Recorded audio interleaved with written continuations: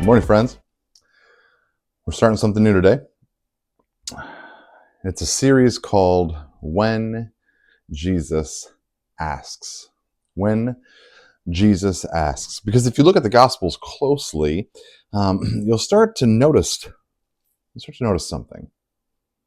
And that's something that we're going to focus on, is that Jesus asks a lot of questions. And they aren't surface level questions either, are they? They're not rhetorical ones meant to trap people in, cognitive reasoning and prove a point. No. Jesus continually asks real questions, disarming questions, questions that have a way of slipping past our defenses and landing somewhere deeper than we may have anticipated. And they're questions that don't invite easy answers. No, instead, these questions oftentimes, they only invite honesty. But they always invite transformation. Always. So for the next few weeks, we're going to sit with some of these questions. We're not going to rush past any of them. We're not going to clean them up. We're just going to let them do what they do, so to speak. And today we start with a question that Jesus asks in one of the most tender, human, quietly powerful moments in the entire resurrection story. It's from John 20. Let me read it to you again. But Mary stood weeping outside the tomb. And as she wept, she bent over to look into the tomb, and she saw two angels in white sitting where the body of Jesus had been lying, one at the head and the other at the feet. They said to her, "Woman, why are you weeping?" And she said to them, "They have taken away my Lord, and I do not know where they have laid him." When she had said this, she turned around and saw Jesus standing there, but she did not know that it was Jesus. And Jesus said to her, "Woman, why are you weeping? Whom are you looking for?"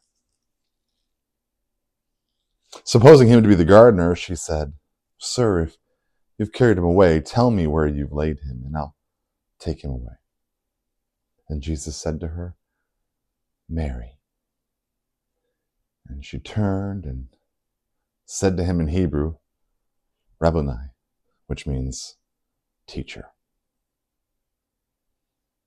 Let's just sit here for a moment.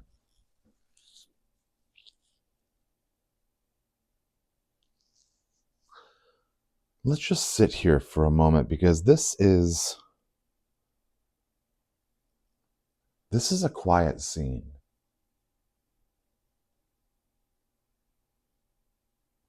There's no crowd. There's no spectacle. There's no triumphant announcement of, "I told you so." No, this is just a woman in the garden grieving. And I think that matters.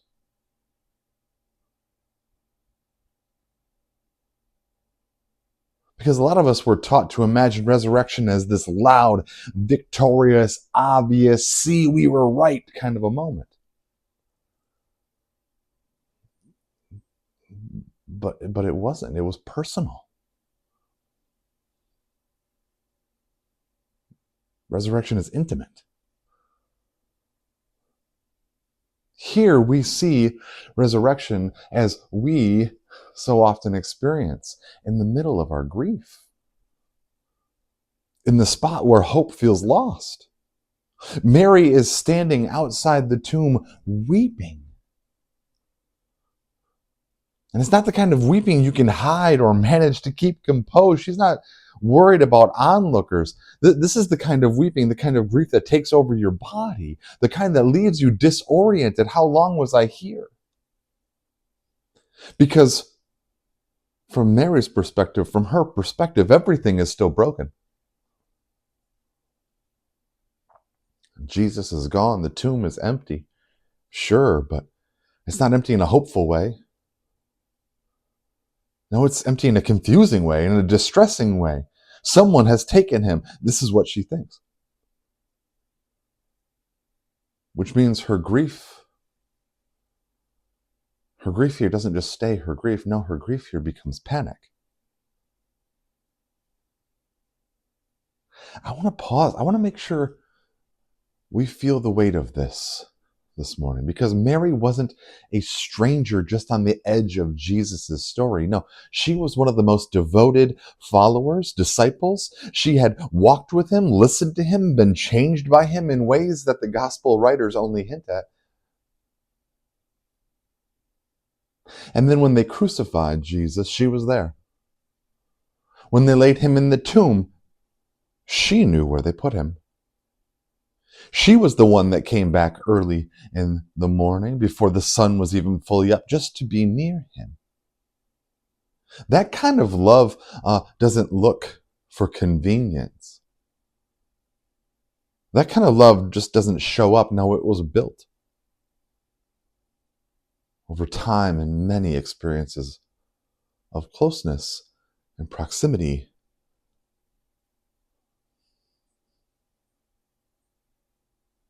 Mary followed Jesus closely. So when she arrives and the stone is rolled away and the body is gone, it's not just confusing. No, it's devastating. It's one more thing being taken from her. Her teacher, her Lord, her Jesus had been taken from her by the cross, and now she shows up and even the body was taken from her as well. Can you imagine the grief and confusion and panic? The hopelessness.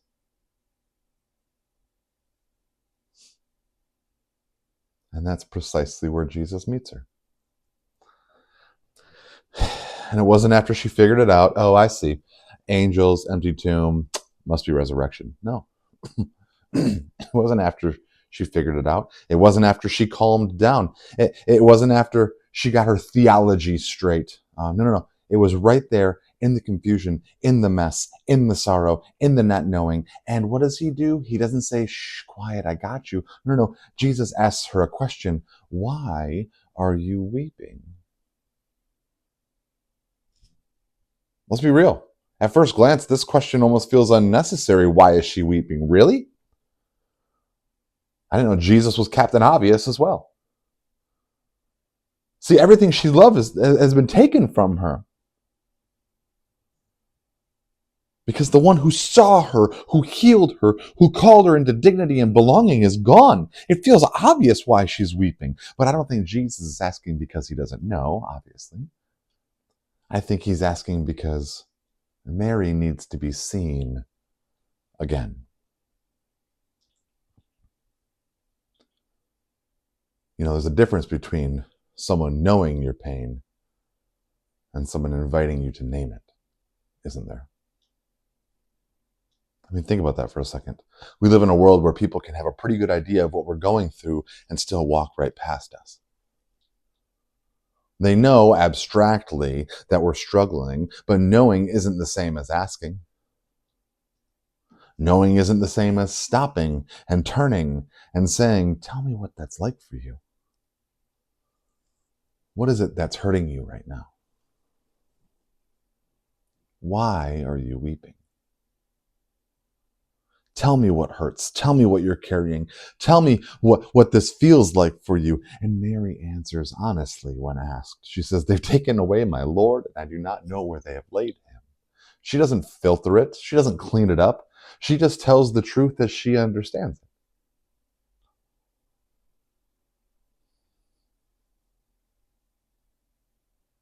I know that some of us have been taught that faith means having the right answers. That coming to God means saying the right things in the right way, in the right order, believing the right things, presenting polished versions of ourselves in our faith circles. That coming to God means being perfect. We've been taught, sometimes explicitly, sometimes just by the culture of religious spaces, that doubt is the opposite of faith. That confusion means you're not far enough along yet. You're not spiritually mature yet. That if you were really trusting God, that you wouldn't be crying in a garden at dawn asking where they put a dead body. But as you can see, this story, it tells us a completely different story. This moment changes everything. Mary is dead wrong here. Nobody took his body. He's not even dead. She's not morally wrong. Her heart's in the right place. She's not shamefully wrong. It makes sense that she got to this conclusion. But she is factually wrong. She is theologically wrong. Jesus hasn't been taken. He is standing right there. And yet, her wrongness is accepted because it's honest. Her misunderstanding doesn't invalidate her pain. Mary's misunderstanding doesn't invalidate her pain. You ever had those conversations where you just because you're incorrect, all of a sudden your experience is completely negated? I have those experiences all the time with people. Y'all, your misunderstanding doesn't invalidate your pain. And Mary's misunderstanding doesn't disqualify her from an encounter either. And that matters so much. Because it means you don't have to get it all right to be met by God. You don't have to get it all right to be met by God. You don't have to understand everything. You don't have to interpret circumstances perfectly. You just have to show up honestly. That's the invitation. Just show up and tell the truth about who you are, where you are, your perspective, your understanding. And then let Jesus ask the second question. Whom are you looking for? Now that one goes a little deeper, doesn't it?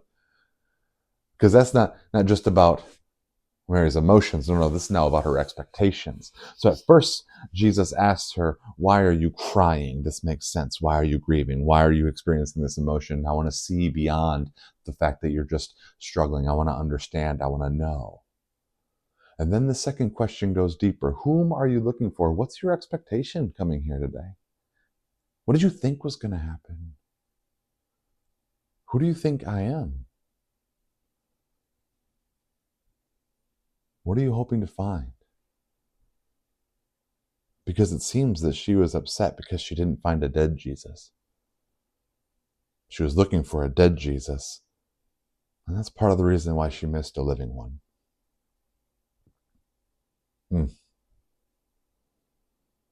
wonder if that's true of us. This is the question underneath all the other questions, isn't it? Who or what are we actually reaching for when life gets hard? What do we secretly believe God is supposed to look like in our worst moments? And Mary, still caught in her grief, still trying to make sense out of what's happening, assumes dude is the gardener, which honestly, he kind of is in this beautiful way, right? Because she's not looking for a resurrected Savior. No, she's looking for a body. She's looking for something to hold on to, something she can manage, something she can carry. If you have carried him away, she's looking for something she can carry. If you have carried him away, tell me where you've laid him and I will go and take him away. I'll go get him. I'll carry him back here. I'll carry him. I'll carry. Mary's still operating inside the limits of what she thinks is possible. And I wonder how often we do the same thing.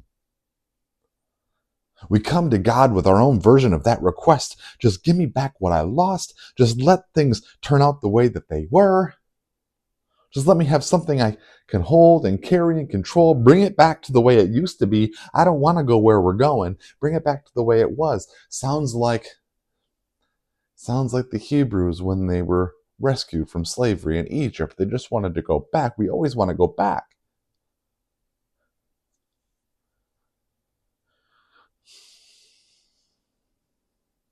We come to God with our own version of this request. Just give me back what I lost. Just let me turn things back to the way that they were. Let me have something I can hold and carry and control to manage the grief, to manage our panic, to manage our experience rather than move through it.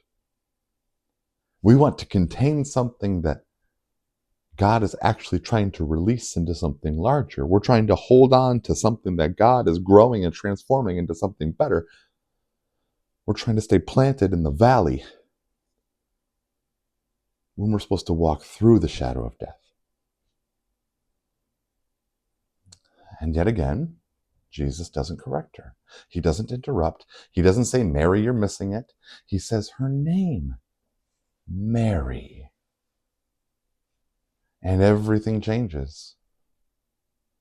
Not because he explained it better, not because he argued her into belief. No, but because he knows her and he sees her.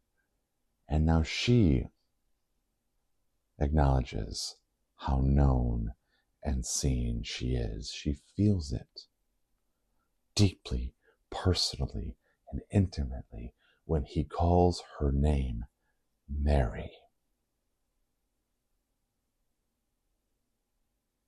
There's something about hearing your name spoken, isn't there? Not casually, not impersonally, not the way your name gets called at the coffee counter over the loudspeaker. No. But spoken by someone who sees you fully and still chooses you. Something about hearing that name that cuts through confusion in a way that explanations never can. One word, her name, and suddenly the fog lifts. The eyes are clear. Rabboni, teacher. And I don't think it's just a recognition of who he is. No. I think the fact that she called him teacher instead of Jesus, it shows that she has a recognition of who she is. Because that's what Jesus has always done. Jesus doesn't just reveal himself. No, Jesus reveals us to ourselves. Jesus reminds us who we are beneath the fear, beneath the grief, beneath the voices that have tried to define us by our worst moments or our deepest wounds or what other people have said about us. Mary had almost certainly heard her name spoken unkindly before. That's the world she navigated. But when Jesus says it, even here, even now, even on the other side of death, it's the same voice that had always called her towards something true and more whole. And that's the moment that everything shifts.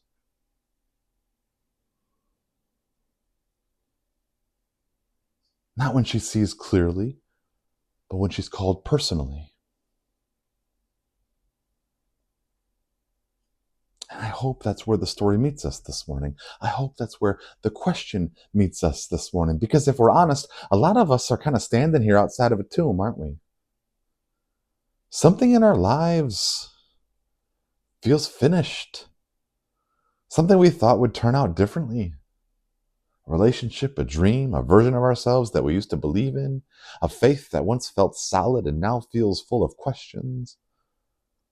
There's something that we're still grieving, that we're trying to make sense of. And maybe like Mary, we're asking questions that don't have clear answers. Maybe we're operating with assumptions that aren't fully true, but they're the only thing we know to hold on to right now. And into that space, Jesus doesn't rush in with correction or coercion. No, he asks, why are you weeping? Not to challenge you, but to invite you. To name what hurts, to stop pretending you're okay when you're not, to stop performing a version of the faith that keeps everything tidy and doesn't require anything real from you. Think about that. Does your faith require anything real from you? And I'm not talking about the actual faith. I'm talking about the faith that you live. Why are you weeping? It's an invitation. And then, whom are you looking for? What are your expectations? What are you hoping will fix this? What are you expecting God to be? Why do you show up here on Sundays? Because sometimes we're looking for something smaller than what God is actually doing. Oof. Oof. You're showing up for a piece of pie, but God's got a whole buffet. Oh, but that's not pie, so I don't want it. You don't think there's pie in the buffet? Too often we're looking for things like control when God is offering presence.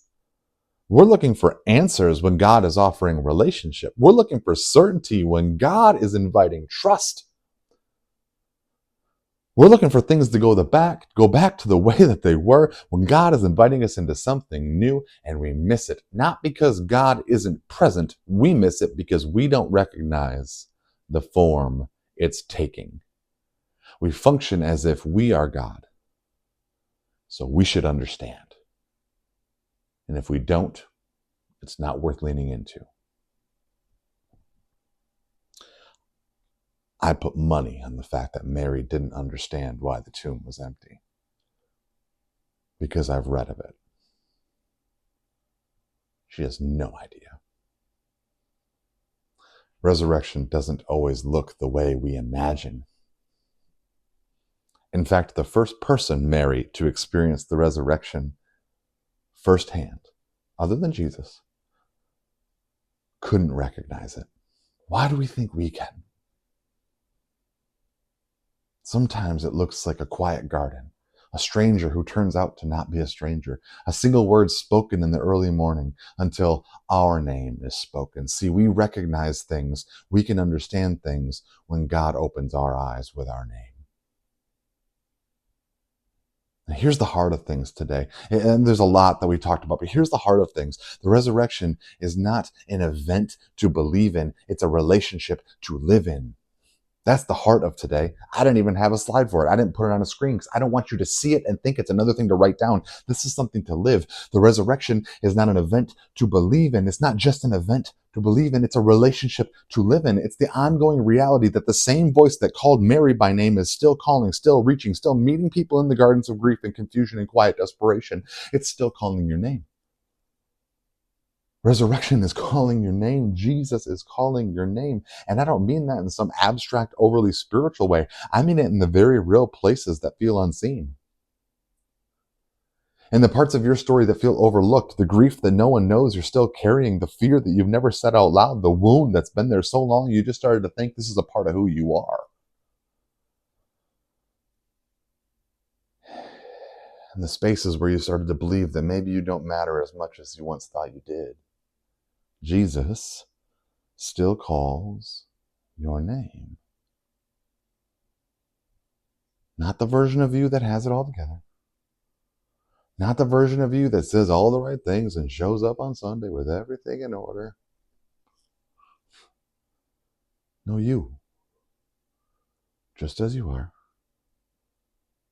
Right now. Right there.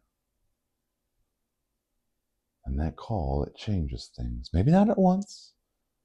Maybe not in ways we expect. But it reorients us. It reminds us that we're not alone, that we are known. That even the moments that we don't recognize God, God recognizes us. So that's worth sitting in, because most of us can accept the idea that God exists. What's harder, what takes real faith, is believing that God recognizes you. That you're not this generic living entity to God. You are not a number. You are not a category. You're not just another person in the crowd. That in the enormous complexity of this universe and all of history, everything that has ever existed, God knows your name. And He speaks it. So maybe the invitation today is simple. It's inviting you to pause long enough just to hear it, right? To let yourself be seen even in your grief, in your panic, in your struggle, in your confusion, in your doubt. To answer honestly when questions come, not just with the answer you think is expected, but the truth of where you actually are. If you haven't come to Wednesday night intentional prayer, this is exactly what this sermon is all about. That's exactly, it is this sermon practiced in action. Leaning in and listening because you don't doubt the presence of the relationship you have with the divine. You got to come to intentional prayer on Wednesday nights. If you want to know about it, ask Jonathan, ask Pastor A. Stop waiting until you feel certain before you allow yourself to be met, and listen for the possibility that somewhere in the middle of everything, that you're carrying, your name is still being spoken.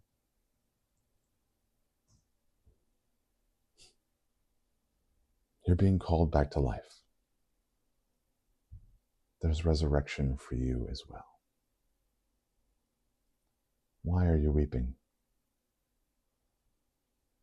Whom are you looking for?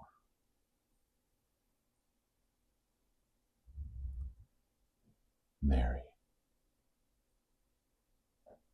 Pray with me.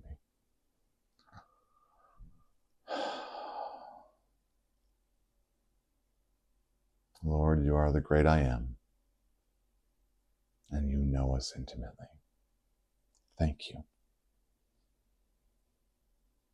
Thank you. We pray these things in your name. Amen.